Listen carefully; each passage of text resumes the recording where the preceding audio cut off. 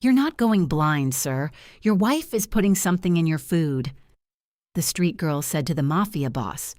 Barrett Kingsley walked through the central park of Crescent Bay, the coastal California town where he had lived for years, his hand resting on his wife Serena's arm. His expensive designer sunglasses couldn't hide the confusion that had consumed his thoughts for months, ever since his vision began failing mysteriously, leaving even the best doctors money could buy without answers.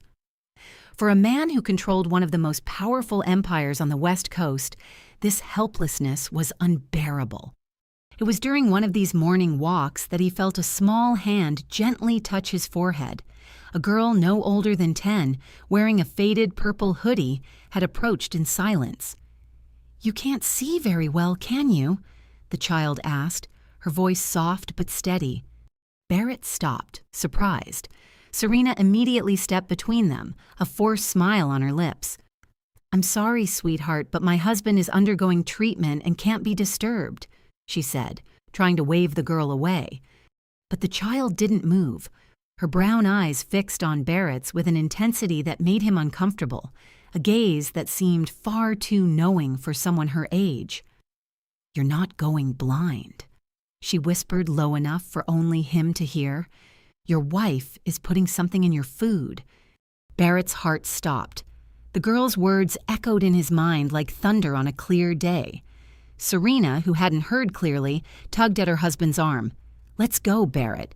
Don't pay attention to these street children. They just want money." But Barrett resisted for a moment. Looking back, the girl remained there, watching them with an expression far too serious for her age. There was something in her eyes he couldn't ignore, a disturbing certainty that made him question everything he thought he knew. And for the first time in his life, Barrett Kingsley, a man who trusted no one, found himself believing a stranger. If you're enjoying this story, hit that like button and share it with someone who loves a good mystery. And don't forget to subscribe. You won't want to miss what happens next. That evening, dinner at the Kingsley estate unfolded in the same quiet hush as it always did. Barrett sat at the head of the long oak table, where warm golden light pooled over delicately arranged dishes. Serena sat across from him, her gentle smile resting on her lips as though nothing at all had happened in the park that morning.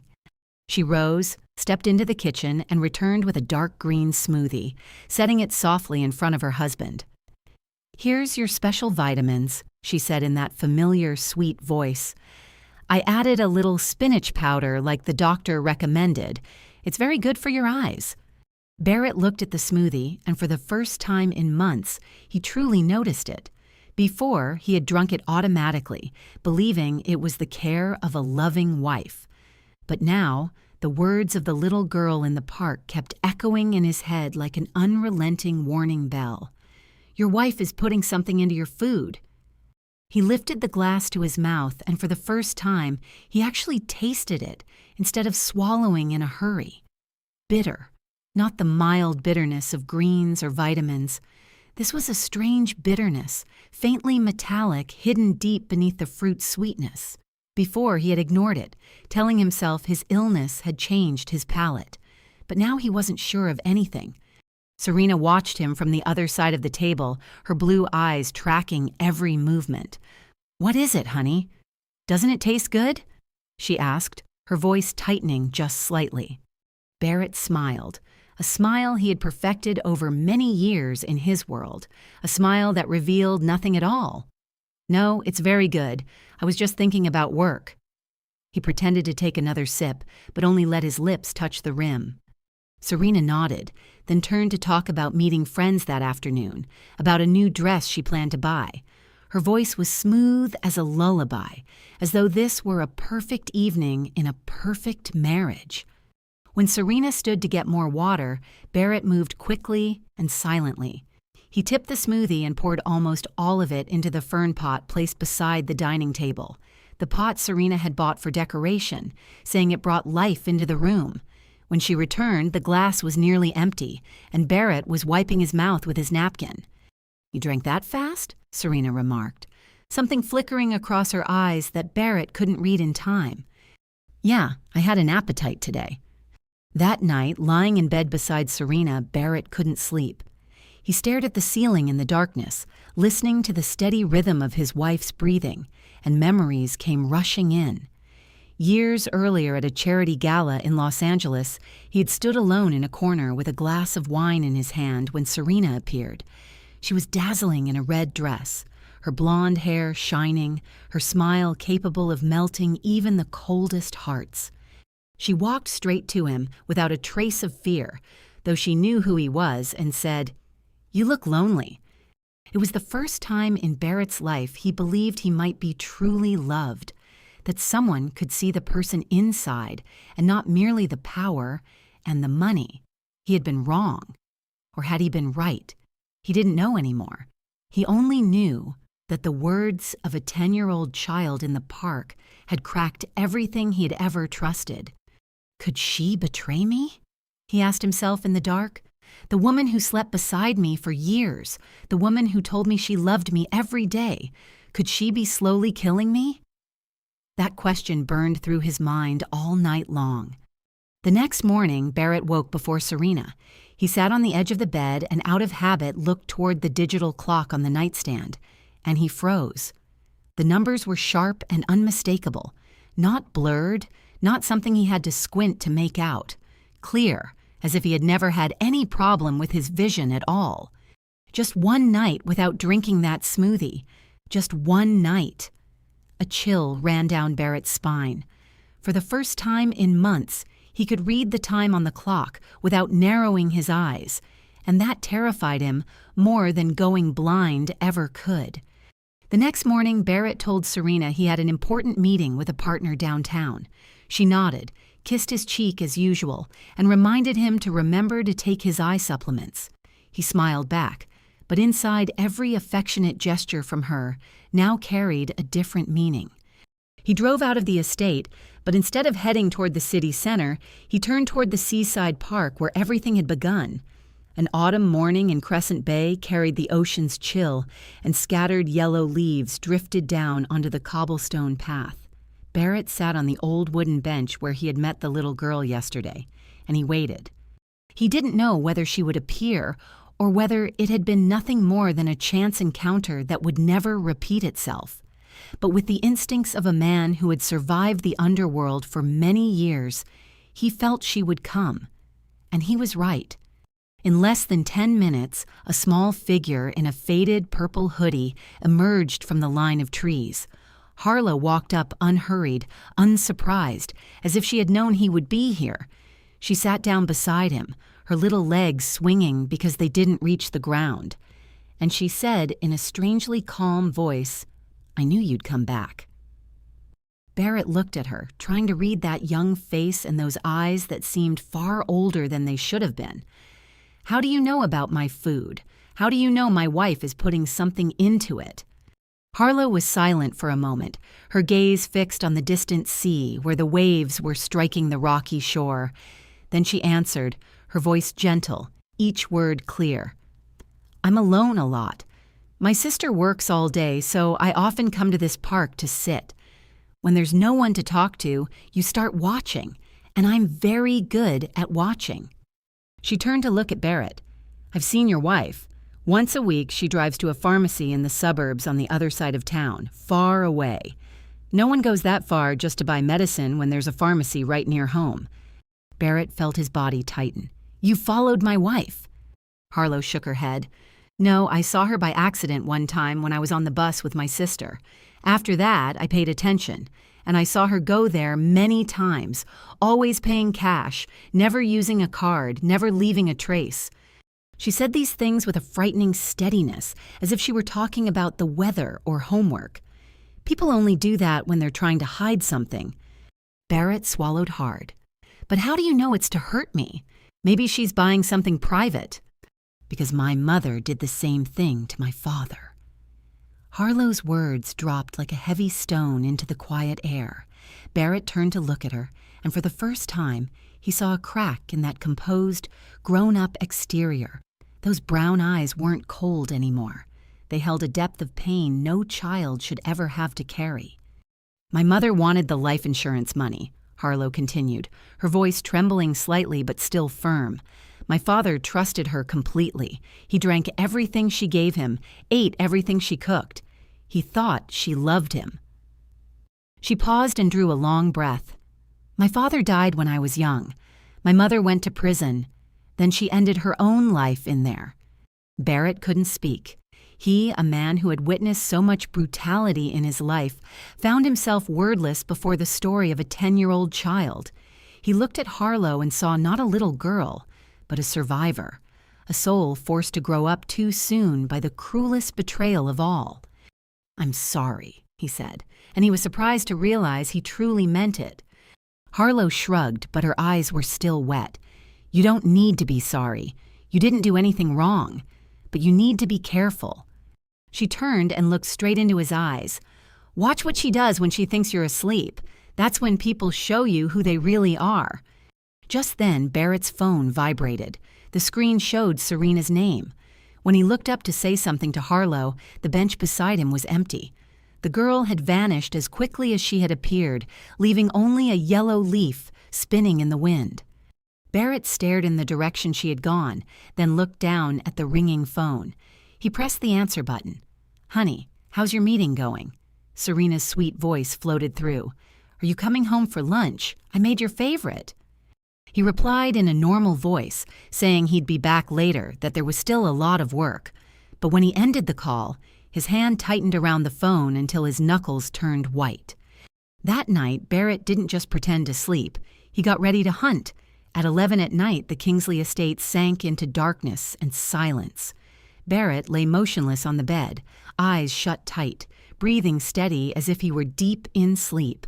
But in truth, every sense in him was pulled taut as wire, listening for the smallest sound in the room. Beside him, Serena lay still for a long time, and he could feel her gaze studying him in the dark. Then she shifted gently, sat up. He felt the mattress give a faint bounce as she rose, the soft pad of bare feet against the wooden floor. Serena paused by the bed, and Barrett knew she was checking whether he was truly asleep. He kept his breathing even, not a single muscle in his face moving. After a few seconds that stretched into eternity, he heard her steps retreat, heard the glass balcony door open and then close again, carefully, quietly. Barrett opened his eyes. His heart began to beat faster, but he forced himself to stay calm. Slowly, he sat up and slid from the bed without a sound. Years in the underworld had taught him how to move like a shadow, and tonight that skill would be used inside his own home. He pressed himself close to the wall near the balcony door, where the thin curtain stirred faintly in the night wind. Serena's voice carried back, low but clear enough in the stillness. She was on the phone. "Does he suspect anything yet?" a man's voice asked on the other end. Barrett felt the blood inside him turn to ice. That voice. He knew that voice. "No, my love, he doesn't suspect a thing," Serena answered, her tone holding a sweetness Barrett had never once heard when she spoke to him. "He thinks it's just his eyes getting worse and worse." "Good. We can't stop now. It has to be slow. The doctors can't find a cause, and that's perfect." "I know.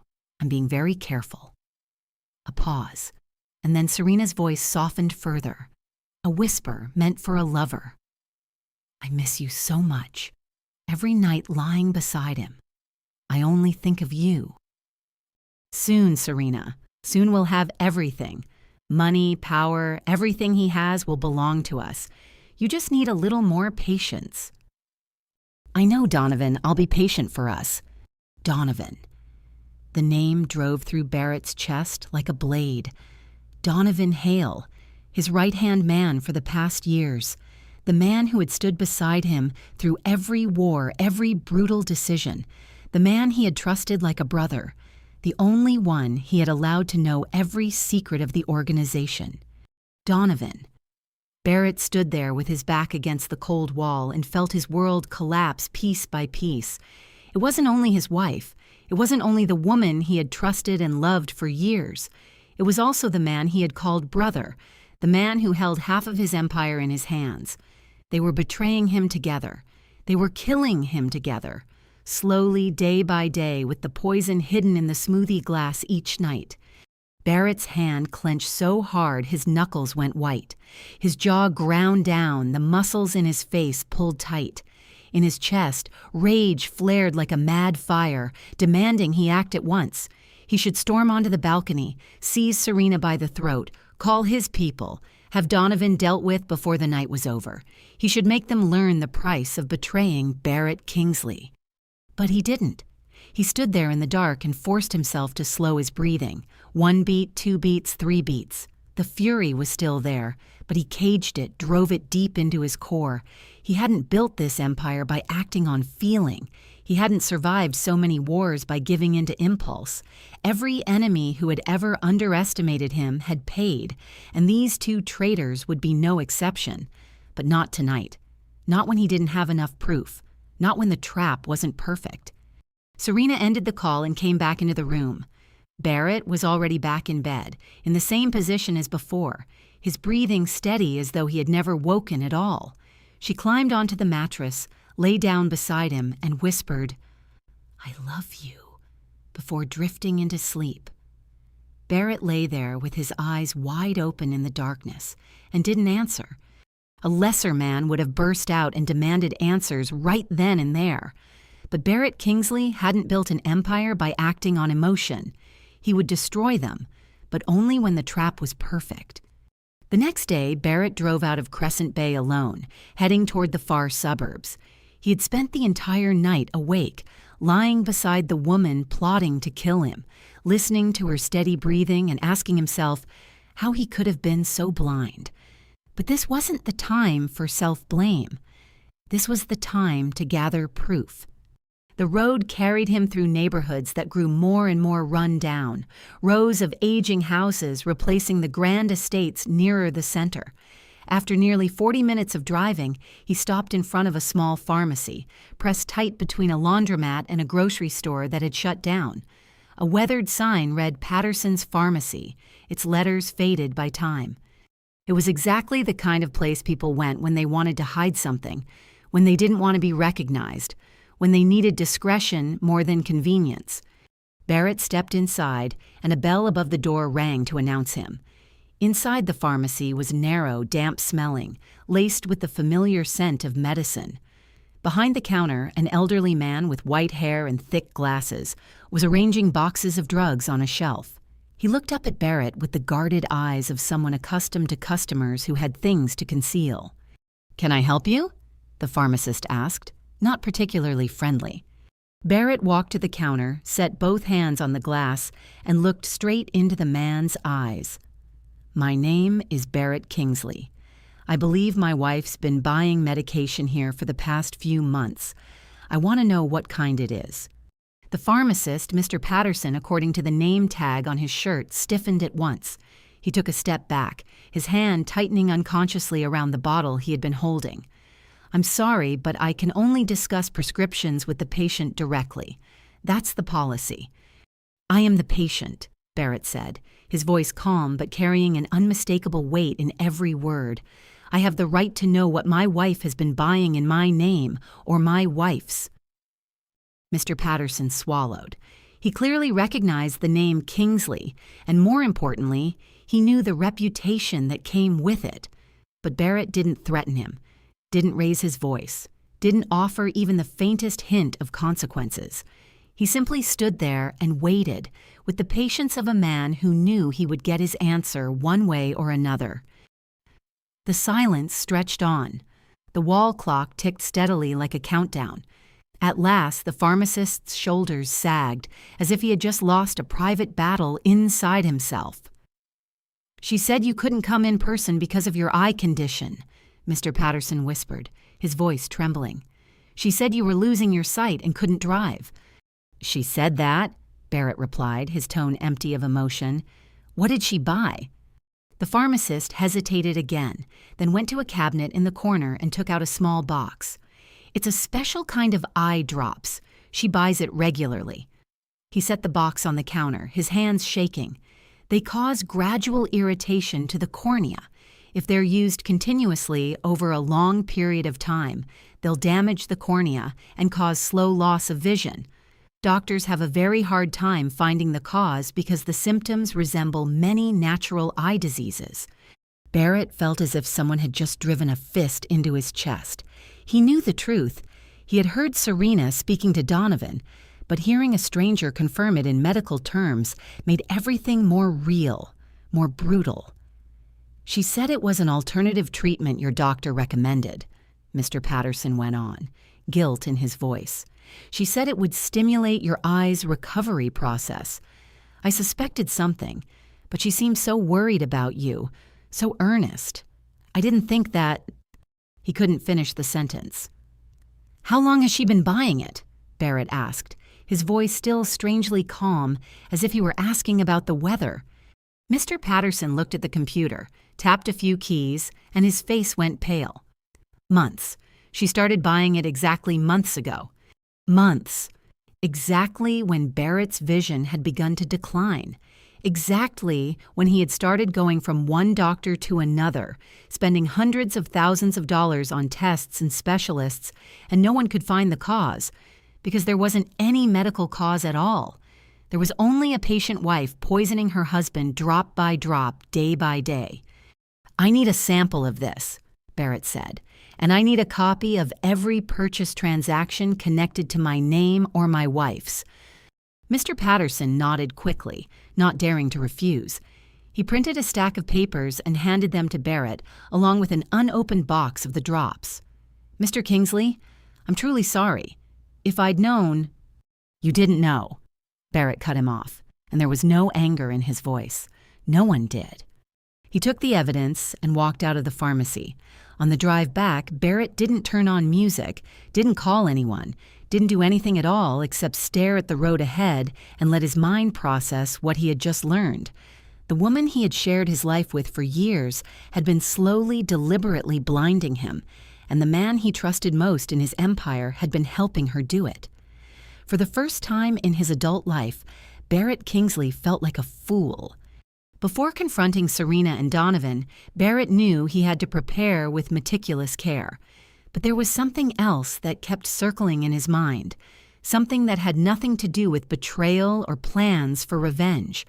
It was the little girl in the purple hoodie, a stranger child who had saved his life without asking for anything in return. That evening, after coming back from the pharmacy, Barrett sat in his private study and called someone in his organization who specialized in digging up information. "I need you to find out everything about a girl named Harlow, about 10 years old, wears a purple hoodie. She's often at the Central Park in Crescent Bay." The voice on the other end didn't ask why, didn't wonder why the head of an empire would care about a street kid. In Barrett's world, people didn't ask. They simply did. "You'll have a report in 24 hours, sir." Exactly 24 hours later, a thick envelope was placed on Barrett's desk. He opened it and began to read, page by page, and with every sheet he turned, the picture of the girl's life came into focus before him, like a sorrowful painting brushed in shades of gray. Harlow Hale, 10 years old, orphaned years ago, currently living with her older sister, Delaney Hale, 26 years old, in a small apartment in the East Side, the poorest area of Crescent Bay. Barrett looked at the photograph attached to the file. It was taken from a distance, probably with a telephoto lens, showing 3 people walking along a street. Harlow in the familiar purple hoodie, holding the hand of a young woman with brown hair, hurriedly tied back and tired eyes. Beside them was a smaller boy, thin and pale, carried in the woman's arms, Delaney Hale. Barrett kept reading her profile. 26 years old, but she looked far older than her age, working 3 jobs at the same time to support the family. In the morning, she waited tables at a cafe downtown, starting early. In the afternoon, she cleaned offices for a real estate company. At night, she delivered food for a restaurant until close to midnight. 3 jobs, nearly 20 hours of work a day, and still living in the most run-down apartment in the poorest neighborhood in town. Barrett turned to the next page and stopped at the information about the boy in the photograph. Finley, 6 years old, Delaney's son, a serious health condition. The file didn't specify exactly what illness it was, only noting that the boy frequently had to go to the hospital, and the family was carrying a significant amount of medical debt. Barrett set the file down and looked back at the photograph. 3 people. A young woman working herself to exhaustion to raise an orphaned little sister and a sick child. A 6-year-old boy with pale skin and eyes too large for his gaunt face. And Harlow, the 10-year-old girl who had watched her father be killed by her mother, who had lost everything and still chose to warn a stranger man about the danger he was facing. Why? Barrett asked himself. The girl didn't know him. There was no reason to care about the fate of a stranger. She even knew who he was, knew his reputation in this town. Most people would have kept their distance, would have decided it wasn't their business, would have thought a man like Barrett Kingsley surely deserved whatever came to him. But Harlow hadn't done that. She had gone close to him. She had spoken the truth. She had saved his life without hesitation, because she didn't want him to die the way her father had died. Because in that child's eyes, no one deserved to be murdered by the person they loved, not even a mafia boss. Barrett sat there for a long time, staring at the photograph of the 3 Hales. They had no money, no power, nothing but one another, and they were clinging to each other just to survive in a world that wasn't kind to the weak. He thought about his own empire, the buildings he owned, the money in his bank accounts, the power he held, and he realized none of it gave him what these 3 people in the picture had. A real bond, unconditional sacrifice, love without calculation. Serena, the wife he had once believed loved him, was trying to kill him for money. Donovan, the brother he trusted most, was betraying him for power. But a 10-year-old child who didn't know him had saved him and asked for nothing. For the first time in his life, Barrett Kingsley saw something worth protecting beyond his empire. The next day, Barrett contacted Everett Langford, his private attorney for the past years, and the only person besides Donovan he had trusted absolutely. Everett had been at his side since the earliest days of building the empire, had helped him untangle countless legal problems, and had never once offered a lie or committed a single act of betrayal. Now, with Barrett's whole world seemingly falling apart, Everett was the only place he could turn. They met in Everett's private office, a room completely soundproofed on the top floor of the law building he owned. Barrett sat across from the gray-haired man whose face was stern, but whose eyes always carried the steady mark of loyalty. And he told him the entire truth, from the warning of the little girl Harlow in the park, to the night he had overheard the call between Serena and Donovan, to the trip to the pharmacy, and what he had discovered there. Everett sat in silence through the story, his expression shifting slowly from composed to stunned to furious. When Barrett finished, the older attorney sat motionless for a long time, as if he couldn't believe what he had just heard. "Donovan?" Everett finally spoke, his voice gone rough. "I never thought that. He's been beside you for years. I believed he was more loyal than anyone." "So did I," Barrett answered, his voice calm but glacial. "But loyalty means nothing when it's placed beside money and desire. Donovan wants my power. Serena wants my money. And they found each other." Everett nodded slowly, the legal mind inside him already turning. "We need evidence. What you know so far still isn't enough to take to court. We need recordings, financial documents, toxicology results." "I know," Barrett said, sliding the box of medication he had bought from Patterson's pharmacy across the desk. "This is a sample. Send it for forensic testing immediately. I need to know exactly what it contains and what it does." Everett took the box and nodded. "I'll send it to the most reliable lab. We'll have results in a few days. And for recording devices," Barrett continued, "I want them installed in the house, in the bedroom, the living room, anywhere Serena might call Donovan." Everett thought for a moment.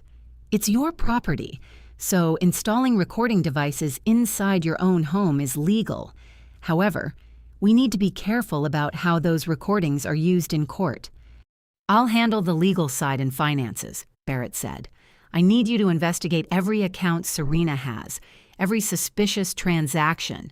And Donovan, too. If they're planning to take my assets, there'll be a money trail somewhere. 3 days later, Everett called with tension in his voice.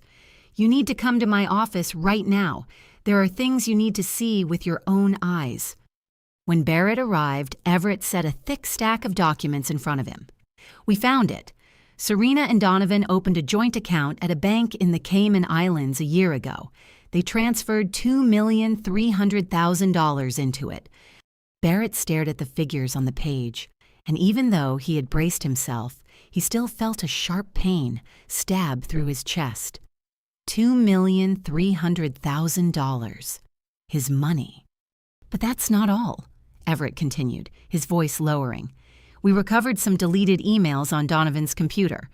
He pushed another set of printed pages across the desk. Their plan is very clear. Barrett read the emails word by word and felt a cold rage spreading through every vein. They had planned every detail. They had prepared everything. They had been waiting for the day he was fully helpless to move in. We have enough evidence now, Everett said. The lab results are back too. It contains a toxic compound that gradually damages the cornea, exactly as you suspected. Barrett nodded. Good. Now, I need a meeting with the loyal people in the organization. No Donovan. The meeting took place the following night at a secret location known only to the most core members. Barrett looked around the room at familiar faces, men who had followed him for years, and he announced Donovan's betrayal. The reaction was shock and outrage. But in the middle of the noise, Barrett noticed one man standing silent in the corner, watching everything with eyes that were hard to read. Ronan Vale, a longtime member, the one who always stood just behind Donovan in every meeting, the one with an ambitious gaze Barrett had recognized long ago but had never considered a threat. Now, with Donovan about to be removed, Barrett saw the way Ronan looked at the position that was about to be left empty, and Barrett filed it away in his mind. Not time to act yet, but he wouldn't forget. When the meeting ended, everything was ready. The trap had been set. Now all he had to do was let them walk into it. Dinner that night at the Kingsley estate unfolded like any other dinner. The oak dining table was arranged with care, filled with the dishes Serena had prepared, a scented candle burning softly at the center, and warm golden light, creating the kind of romantic atmosphere any married couple might dream of. But tonight wasn't an ordinary night. Barrett knew that, and very soon Serena would know it too. He sat at the head of the table, watching his wife move back and forth between the kitchen and the dining room, the sweet smile never leaving her lips. Serena wore a fitted red dress, her blonde hair brushed with care, and she looked as perfect as she always did. Perfect to the point of being false. Barrett now understood. Every gesture, every smile, every sugary word had been a performance played out over years. I made the beef stew you like, Serena said as she set the plate in front of him, and here are your special vitamins. She placed the familiar green smoothie on the table right beside his meal. Barrett looked at the smoothie, then looked up at Serena. The air in the room tightened all at once, even if he was the only one who could feel it. He was calm in an unnatural way. Too calm, like the surface of a lake before a storm. Sit down, Serena, he said gently. She sat across from him, still wearing that smile. You seem tired today. Work stressful? Barrett didn't answer. Instead, he picked up the smoothie, stared at it for a moment, then slowly slid it across the table toward Serena. You try it. The smile on Serena's lips faltered for a beat, but she recovered quickly. What? Don't joke, honey. That's your vitamin drink. Then one sip won't hurt, Barrett replied, his tone still even, his eyes never leaving her face. Just one sip. Show me how good it is. Serena gave a thin, awkward laugh. You know, I don't like the smell of greens. Let me get you some water. She started to rise, but Barrett spoke again, his voice hardening. Sit down. It wasn't a suggestion. Serena sat back, and for the first time, Barrett saw a flicker of worry pass through her eyes. Barrett, what are you doing? Why don't you want to drink it? She asked. Why don't you? He asked. If it's just vitamins, why are you afraid? I'm not afraid. Then drink it. Silence. Serena looked at the smoothie as if it were a venomous snake. She said nothing, didn't move, and that silence was a clearer answer than any words could have been. Barrett slowly took his phone from his suit jacket pocket, set it on the table, and pressed play. Serena's voice came through the speaker, sharp and unmistakable. "Does he suspect anything yet?" Then Donovan's voice. "No, my love. He doesn't suspect a thing. He thinks it's just his eyes getting worse and worse. We can't stop now. It has to be slow. I miss you so much. Soon, Serena. Soon we'll have everything." Serena's face drained to a paper white. She stared at the phone, then looked at Barrett. And for the first time in years, he saw her mask collapse completely. "Barrett," she whispered. "I know more than that," Barrett said, his voice cold as ice. "I know about Patterson's pharmacy. I know about the eye drops that damage the cornea, the ones you've been buying for months. I know about the Cayman account with $2,300,000. I know about the plan to wait until I'm completely blind and then declare me legally incompetent. I know everything, Serena." Serena sat there like an animal backed into a corner. For a few seconds, she searched for an explanation, an excuse, but then something in her changed. Her shoulders loosened, her eyes went hard, and the smile returned to her lips. But it wasn't the sweet smile of a devoted wife anymore. It was the smile of someone tired of pretending. "You want the truth?" she said, her voice entirely different now, sharp and distant. "Fine. I never loved you. Not a single day in the past years." Barrett felt as if someone had just driven a knife into his chest, but he didn't let a trace of emotion show on his face. "Then why marry me? Because you were powerful? Because you were rich?" "Because I thought I could endure you long enough to take it all. But living with someone like you every day, do you know how exhausting that is?" "Someone like me?" Barrett asked, his voice still strangely calm. "A killer!" Serena spat, each word sharp. "A criminal! You think money and power can buy love? You think a normal person can love a monster like you?" "I've never killed an innocent person," Barrett replied, his voice dropping lower. "But you almost killed the person who trusted you most." Serena gave a thin laugh. "Trust. You don't understand that word, Barrett. You're a criminal. You'll always be a criminal, and you deserve whatever you get." Barrett looked at her, the woman he had once believed he loved, and he felt nothing but emptiness. Not anger, not pain, only a vast hollow where his heart had once beaten for her. The doorbell rang, shattering the silence. Serena turned toward the door, then looked back at Barrett with sudden understanding in her eyes. "You called the police," she said. It wasn't a question. "I called the police," Barrett confirmed. The police had arrived. At the very same time, in another part of the city, Donovan Hale was driving toward an old warehouse in the outskirts. He had received a call from one of the organization's senior members, saying there was an emergency meeting, and Barrett wanted him there immediately. Donovan didn't suspect a thing. Why would he? He was Barrett's right-hand man, the most trusted man, the one who knew every secret the organization held. And before long, he would be the one running it all. All he had to do was be patient a little longer, wait until Barrett was completely blind, and everything would belong to him and Serena. But the moment Donovan stepped inside the warehouse, he knew something was wrong. There was no meeting table, no paperwork, no sign of anything resembling a normal meeting. Instead, about 10 men stood in a circle, and every one of them was staring at him. Their eyes held none of the respect Donovan had grown used to over the past years. There was only coldness and judgment. "What's going on here?" Donovan asked, trying to keep his voice steady, but it was already beginning to tremble. No one answered. Instead, a large television screen at the far end of the room flickered on, and Barrett Kingsley's face appeared in a video call. He was sitting in the dining room of the estate where Serena still sat across from him, her face pale. Donovan felt the blood in his body turn to ice. "Barrett," he whispered. "Donovan," Barrett replied, his voice cold as ice. "I hear you think the organization needs a stronger leader." Donovan swallowed, but he recovered quickly. He had lived in this world long enough to know weakness only led to death. "Barrett, let me explain," he began, his tone laced with manufactured urgency. "You're losing your sight. You're losing your edge. The organization needs a leader who can see, who can act. I'm doing this for all of us." "For all of us," Barrett repeated, a cold smile flickering across his mouth.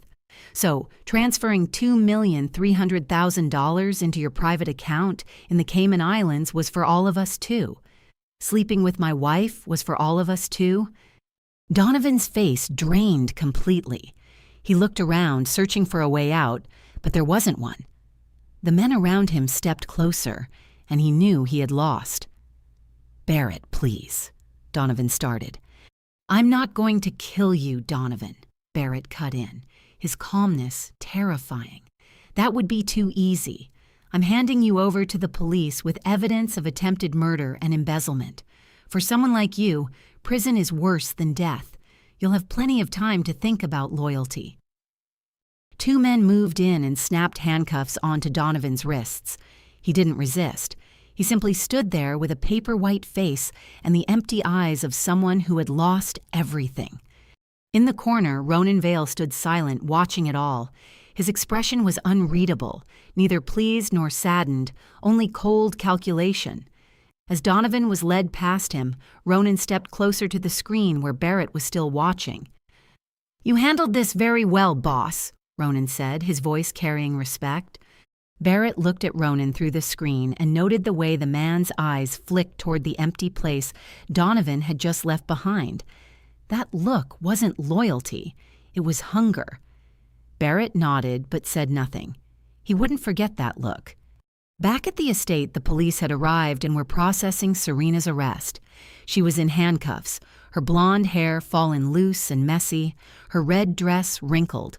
Nothing like the perfect image she had always worked so hard to maintain. As she was led toward the door, Serena stopped and turned to look at Barrett one last time. Her eyes held no more false sweetness, only pure hatred. "This isn't over," she said. Barrett didn't answer. He simply stood there watching the woman who had once been his wife shoved into a police car and swallowed by the night.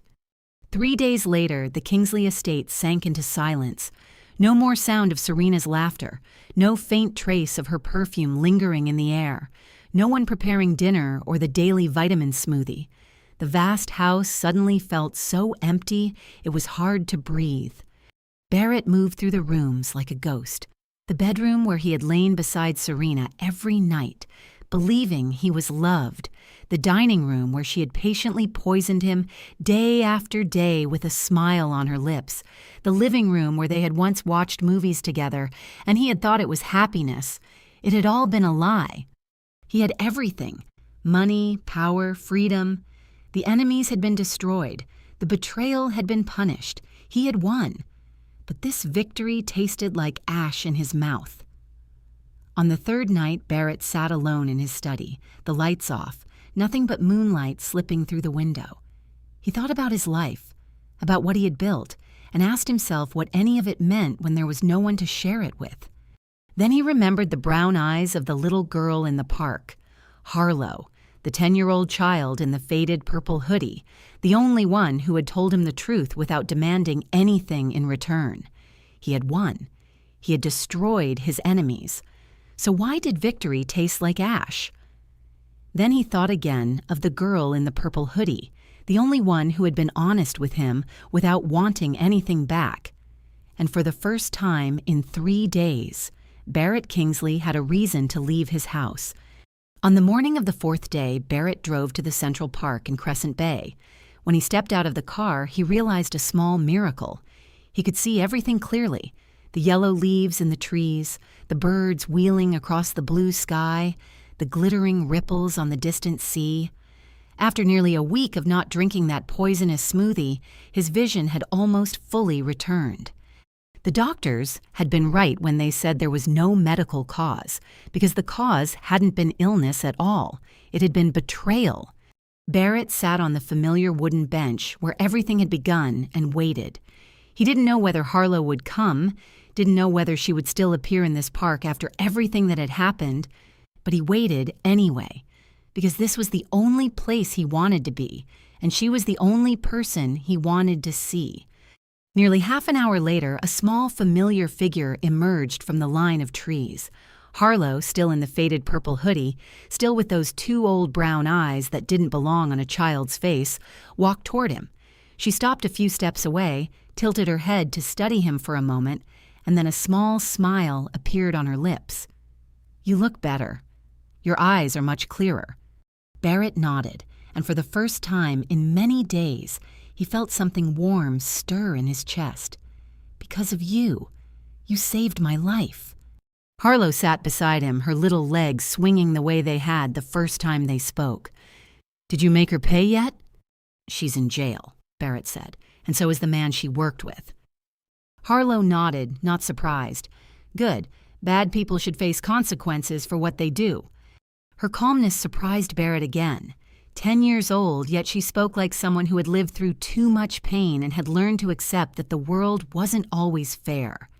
"Harlow," Barrett said, turning to face her, "I want to repay you. Anything you want. Money, toys, a scholarship to a better school, anything. You just have to say it." Harlow looked at him for a long time, her brown eyes deep as if she were reading his soul. Then she shook her head. "I didn't tell you because I wanted money, sir. I told you because I didn't want you to die the way my father died." She paused, her voice softening. No one deserves to be killed by the person they love. Barrett felt his throat tighten. This child who had lost her father to the betrayal of her own mother, who had witnessed the cruelest tragedy a child could witness, still had enough kindness left to warn a stranger. Not for money, not for benefit, only because she didn't want to see it happen to anyone else. "You're a special child, Harlow," he said, his voice dropping. Harlow shrugged. "I'm just me." They sat in silence for a while, looking out toward the distant sea. Then Barrett spoke again. "I want to meet your sister Delaney. I want to thank her for raising you to be the kind of person you are." Harlow turned to him, and for the first time, Barrett saw hesitation in her eyes. "My sister doesn't trust people easily, especially men like you.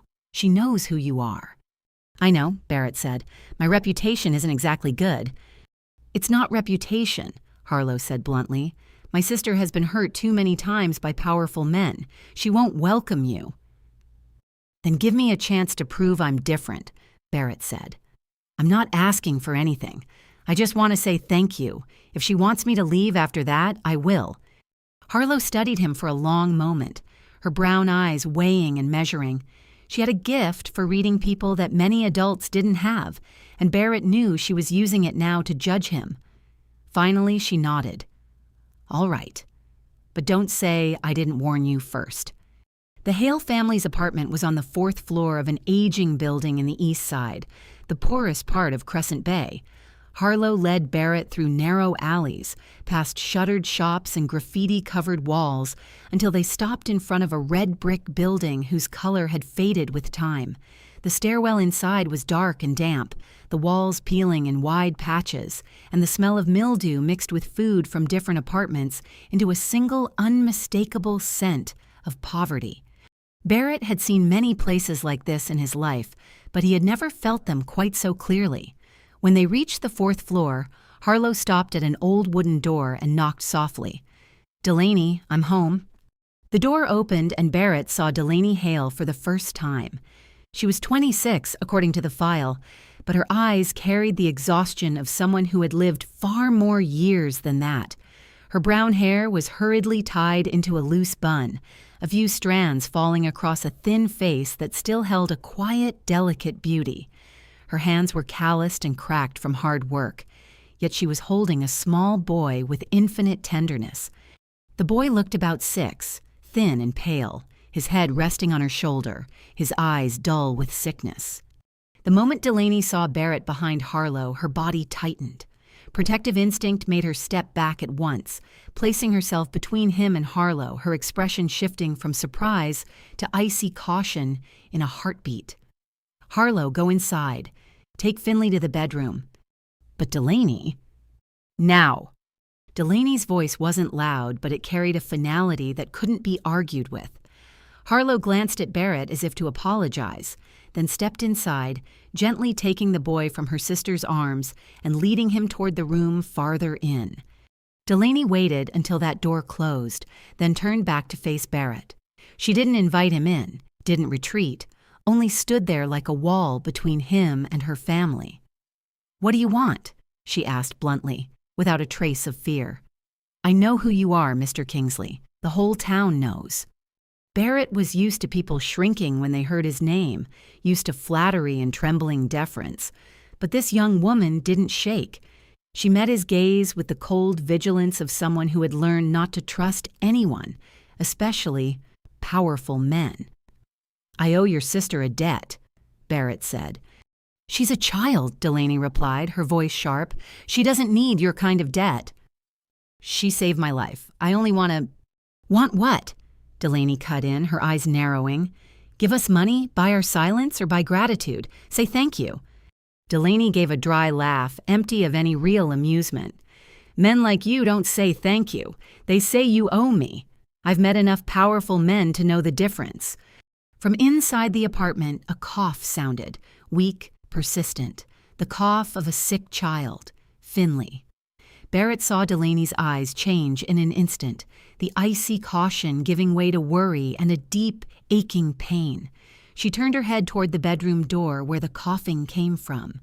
And in that moment, Barrett saw everything she was trying to hide, the exhaustion, the fear, the desperation, but only for a blink.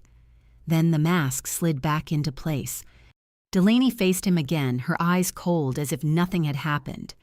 "We don't need anything from you," she said, her tone final. "Please leave." Before Barrett could say another word, the door slammed shut in his face. He stood there for a long moment, staring at the old wooden door with its peeling paint and rusted lock. He had been refused. He, Barrett Kingsley, the man the whole town feared, had just had a door shut in his face by a young woman without the slightest hesitation. Yet instead of anger, he felt something else: respect. Delaney Hale wasn't afraid of him. She wasn't impressed by his power or his money. She cared about one thing and one thing only: protecting her family, her proud eyes, the weak cough of the sick child, the small apartment kept clean as a sign of dignity in the middle of poverty. None of it left Barrett's mind as he walked down the dark stairwell. She was protecting them, he realized, the way I should have protected myself. A few days later, Barrett returned to the Central Park. He couldn't stop thinking about that run-down apartment in the East Side, about the young woman with the proud eyes, and about the weak, persistent cough of the sick boy. There was something about the Hale family he couldn't dismiss, an invisible thread pulling him back, even after he had been rejected outright. Harlow was sitting alone on the familiar wooden bench, her legs drawn up onto the seat, a small notebook resting on her lap. She was scribbling something with a pencil worn dull, so focused she didn't notice Barrett coming close until he sat down beside her. "Your sister really doesn't like me," Barrett said, not as a question but as a statement. Harlow looked up at him, then returned to her drawing. "Delaney doesn't like most people. She's been hurt too many times." Barrett watched the girl, seeing a maturity beyond her years in the way she spoke about her sister. "Tell me about her, if you want to." Harlow was quiet for a moment, the pencil stopping on the page. Then she sighed, as if carrying a weight too heavy for such small shoulders. Delaney had Finley when she was only young. Finley's father was a man who promised her everything: love, family, a future. But when he found out Delaney was pregnant, he left. She paused, her brown eyes drifting toward the distant sea. "He said he wasn't ready to be a father, but he was ready enough to make a child." Barrett felt his jaw tighten. He knew that kind of man, the ones who promised and vanished the moment life became hard. "Delaney worked through the whole pregnancy," Harlow went on. "She had Finley alone in the hospital, with no one beside her, no family, no friends, nobody, just her and the baby." She turned to a new page in the notebook, but she didn't draw anything. "Then years later, our parents died. I was young. Delaney was raising a 3-year-old by herself, and she still took me in." Harlow looked at Barrett, her eyes lighting with pride as she spoke of her sister. Everyone said she was crazy, a single mother. How could she possibly raise another child? But Delaney said she'd rather die than let me go into an orphanage or the foster system. She said, family stays together no matter what. Barrett said nothing, picturing a young woman standing against the whole world just to protect her family. Now he understood why Delaney's eyes were like that, why she was so hard. She'd had to fight alone for too long. And Finley? He asked, remembering the pale boy and that relentless cough. What's wrong with him? Harlow set the pencil down, and for the first time, Barrett saw her eyes glisten. Finley was born with a weak heart. The doctors say he needs surgery, a big surgery. How much? Harlow swallowed. $150,000, and we have months. She stopped, her voice trembling. And after that? Barrett asked, even though he already knew the answer. After that? Harlow looked down at her small hands, and a tear fell onto the page. The doctors say Finley's heart won't hold up. Delaney doesn't know I heard. She thinks I'm asleep when the doctor talks to her. Harlow wiped her tears with the sleeve of her hoodie. Delaney cries every night when she thinks I'm asleep. She sold everything we have, her jewelry, Mom's old things, everything. Still not enough. Barrett felt his chest tighten, as if someone were squeezing the air out of him. $150,000. To him, it was a small amount, barely worth noticing inside the massive fortune he controlled. But to the Hales, it was unreachable. The difference between life and death for a 6-year-old child. Why doesn't your sister ask for help? He asked.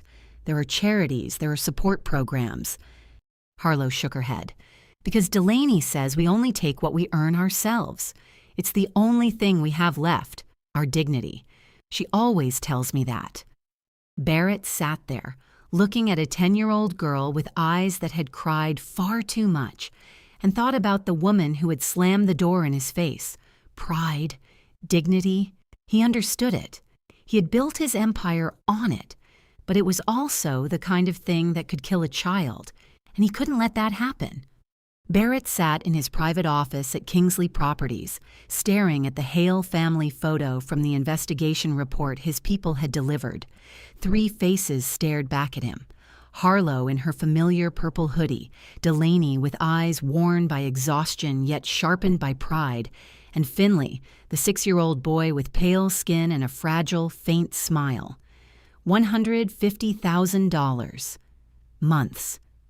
That was all that stood between the boy and death. And that woman with pride piled sky high would rather watch her child die than accept help from someone like him. Barrett understood that. He respected it, but he couldn't accept it. He knew Delaney would never take money from him directly. She had made that clear when she slammed the door in his face. So he needed another way, a way she couldn't refuse, a way that still allowed her dignity to remain intact. He lifted the phone and began to put the plan into motion. First, he contacted Children's Hope Foundation, a medical charity for children he had quietly supported for years.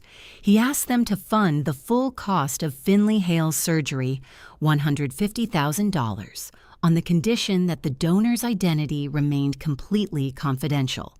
Next, he called the Human Resources Department at Kingsley Properties. There was an administrative assistant position open, paying $4,500 a month, 3 times what Delaney was earning from 3 jobs combined. He instructed them to send Delaney Hale a job offer letter, making it look like a normal hiring process. Finally, he reached out to a well-regarded private school in the area.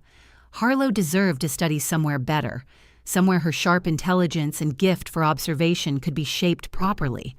A full scholarship was arranged, presented as if she had won it through a program for students from difficult backgrounds. 2 weeks later, everything began to unfold.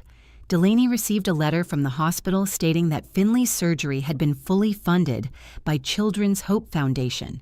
She read the letter once, twice, 3 times, unable to believe her own eyes. Then she cried. For the first time in many years, Delaney Hale cried because she was happy. At the same time, she received a job offer from Kingsley Properties with a salary she had never dared to dream of. And Harlow came running home with the news that she had been awarded a full scholarship to a better school. Too many good things were happening all at once. Too many coincidences. Delaney wasn't easy to fool. She began to investigate. She called the foundation and asked where the funding had come from. They refused to tell her, but the awkwardness in their voice said everything. She asked Kingsley Properties Human Resources how they had heard of her, and their vague answer only sharpened her suspicion. When she called Harlow's school and asked about the scholarship program, she was told it was funded by an anonymous benefactor connected to the Kingsley Foundation. Every road led to one name, Barrett Kingsley. That afternoon, Delaney stormed into Kingsley Properties like a force of nature. She shoved open Barrett's office door despite the secretary trying to stop her, stepping inside with eyes on fire and cheeks flushed with anger. "You did this behind my back," she almost shouted. Barrett rose from behind his desk, calm as if he had been waiting for this moment. "Would you have accepted it if I'd asked you directly?" Delaney choked for a beat, but she recovered quickly. "That's not the point." "Then what is the point?" Barrett asked, his voice still even. "Your pride or your son's life?" A tight silence filled the office. Delaney stood there, her hands clenched into fists, but she couldn't find an answer. Because he was right, and she knew it. "You don't have the right to make decisions for my family," she said at last, her voice shaking from the strain of holding herself together. "You're right," Barrett admitted. "I don't have that right. But I'll do it again and again until that boy gets his surgery." Delaney stared at him, her eyes full of confusion and suspicion. "Why? What do you want from us?" Barrett stepped closer, looking straight into her eyes. "Nothing. Your sister saved my life and asked for nothing. Consider this my way of paying that debt." "I don't believe you," Delaney replied, her voice hardening. "Men like you always want something." "Then don't believe me," Barrett said, and his voice softened in a way that surprised even him. "Take the job, let Finley get his surgery, and wait. If I ever ask for anything in return, you can throw it all back in my face." Delaney stood there, torn between pride and the love she carried for her son and her sister. She wanted to refuse, wanted to shout that she didn't need anyone's pity, but Finley's pale face rose in her mind, the boy's stubborn cough night after night, and she knew she couldn't let pride kill her child. In the end, without another word, Delaney turned and walked out of the office. She didn't say yes, but she didn't say no either. She didn't say no, Barrett thought as he watched her disappear beyond the door. For someone like her, that was almost the same as yes. 2 months later, 2:17 in the morning, Barrett's phone rang, breaking the silence of the vast estate. He opened his eyes instantly, the instincts of a man who had lived in danger for years, ensuring he never slept too deeply. He looked at the screen, and his heart seemed to miss a beat. Delaney's number. Over the past 2 months since she had reluctantly accepted the job at Kingsley Properties, they had never spoken on the phone outside work hours. Delaney kept a strict distance, communicating with him only when it was truly necessary, and she certainly never called at 2 in the morning. He answered, and Delaney's voice came through, completely different from the controlled coldness he had grown used to. She was panicking. "Harlow has a high fever, 40 degrees. She's shaking, and I don't know what to do. Finley is crying, and I can't leave Harlow alone to drive, and I can't—" Her voice broke, and Barrett heard Finley's crying in the background, heard Harlow's fevered moans. "I'm coming right now," he said, already out of bed and reaching for his car keys. "Don't go anywhere. 15 minutes." He drove like a madman through Crescent Bay's empty streets in the middle of the night. Red lights, he ran them. The speed limit, he ignored it. In his mind, there was only one thought: get there as fast as possible. He reached the apartment in 12 minutes, the familiar dark stairwell, the familiar damp smell. But this time, he took the 4 flights as if he were flying. The apartment door was open, and the sight inside tightened his heart. Harlow lay on the small bed in the corner, her face flushed red, sweat soaking her hair. She was trembling even under the blanket, her eyes squeezed shut, her mouth murmuring words that made no sense in delirium. Finley sat beside the bed, gripping his sister's hand, tears streaming down his cheeks. The boy looked terrified and helpless, too young to understand what was happening, but old enough to know something was terribly wrong. And Delaney. Delaney stood in the middle of the room with a damp cloth in her hand, completely lost. For the first time since he had met her, Barrett saw her vulnerable. No more icy guarded eyes, no more solid wall of defense, only a mother, a sister, afraid down to the bone as she watched the child she loved lying there burning with fever. Barrett didn't say much. He stepped to the bed and, gentle but decisive, lifted Harlow into his arms. She was frighteningly light, her small body burning like a coal against his chest. "To the car now, both of you." Delaney didn't argue. She took Finley's hand and followed him down the stairs and into the luxury car waiting outside. Barrett drove them to the best private hospital in the city, where his money could buy the finest medical care. Harlow was taken into the emergency room immediately, and then came the long, endless hours of waiting. Finley dozed off in the chair after about an hour, curled into himself like a kitten, his face still marked by tears that hadn't dried. Delaney sat beside Barrett in silence, her hands clenched so tightly her knuckles turned white. She stared straight ahead at the emergency room doors, as if she could force good news to appear by sheer will. Barrett said nothing. He simply sat there beside her, his presence an anchor in the storm. Sometimes shared silence meant more than 1,000 empty comforts. Time passed, and fatigue began to defeat worry.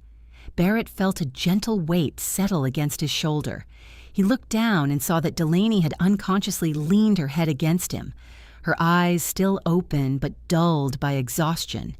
He went rigid for a moment, unsure what he should do. Then he decided to do nothing. He simply stayed still, letting her lean on him, letting her have something to hold on to in the long night. Near 5 a.m, the doctor came out. Delaney sprang up as if released from a coil, and Barrett rose with her. "She's all right," the doctor said with a reassuring smile. "Just a severe viral fever. Nothing dangerous. We'll keep her for observation until morning, but she'll recover completely." Delaney cried. She stood there in the hospital corridor and sobbed, all the tension and fear of the night pouring out like a dam breaking. Barrett's hand went to her back without thinking, and when she didn't push him away, he pulled her into his arms. She cried into his chest, and he only held her, saying nothing. When the sobs eased, Delaney looked up at him, her eyes red and swollen. "Why did you come? It's the middle of the night." "Because you called," Barrett replied. "That's not an answer." He was quiet for a moment, then spoke, his voice lower and more sincere than she had ever heard from him. "Because for the first time in my life, I feel like I belong somewhere, like there's something worth running red lights for." Delaney didn't push him away. She didn't say anything, but she didn't step back either, and for both of them, that was a turning point. The months that followed drifted by like a gentle dream. Spring turned into summer, and with the change in weather, everything in the Hale family's life began to change as well. Slowly, steadily. Finley's surgery was successful in early April, and with each passing day, the boy recovered a little more. The cheeks that had once been pale now carried a soft flush, and the eyes that had once looked dulled by exhaustion now lit with the simple hunger for life that belonged to a 6-year-old child. He began to run. He began to laugh.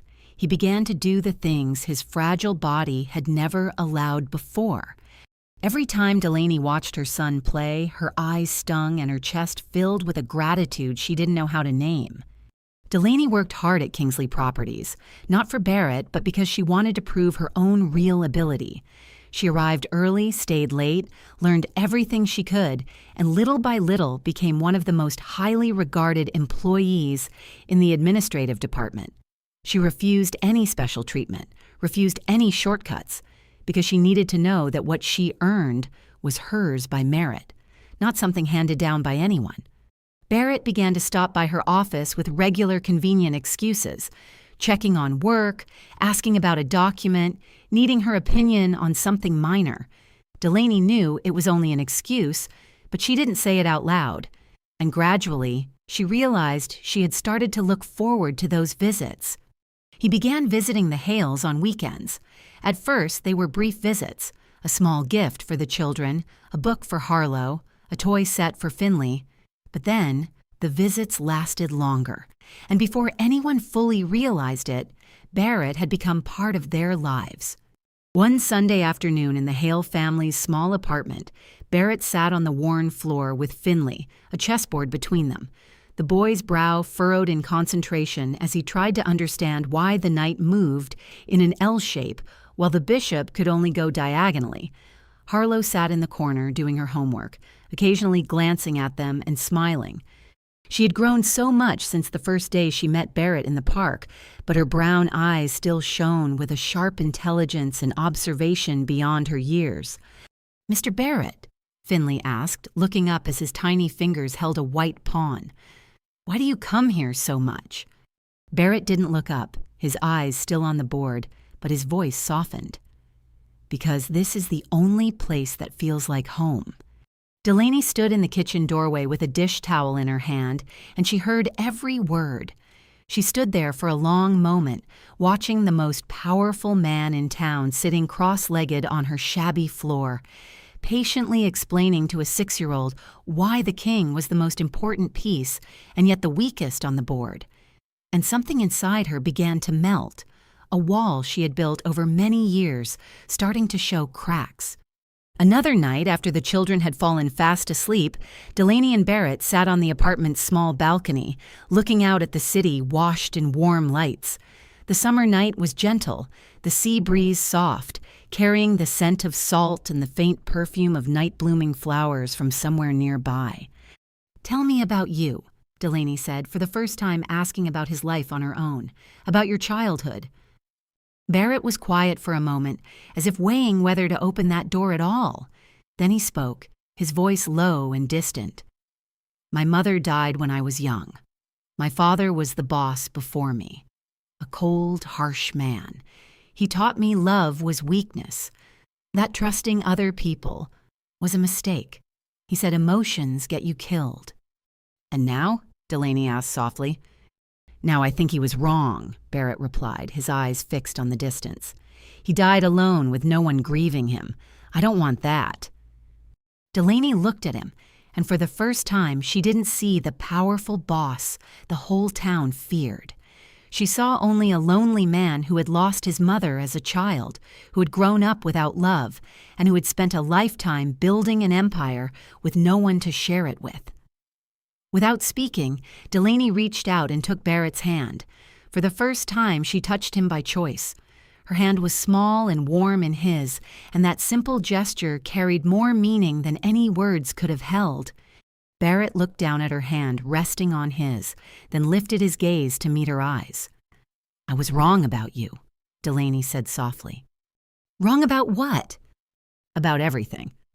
Delaney had spent years building walls to protect herself and the children she loved.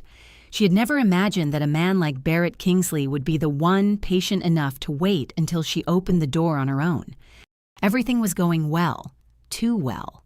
And in the world Barrett Kingsley lived in, that was always the warning sign before a storm.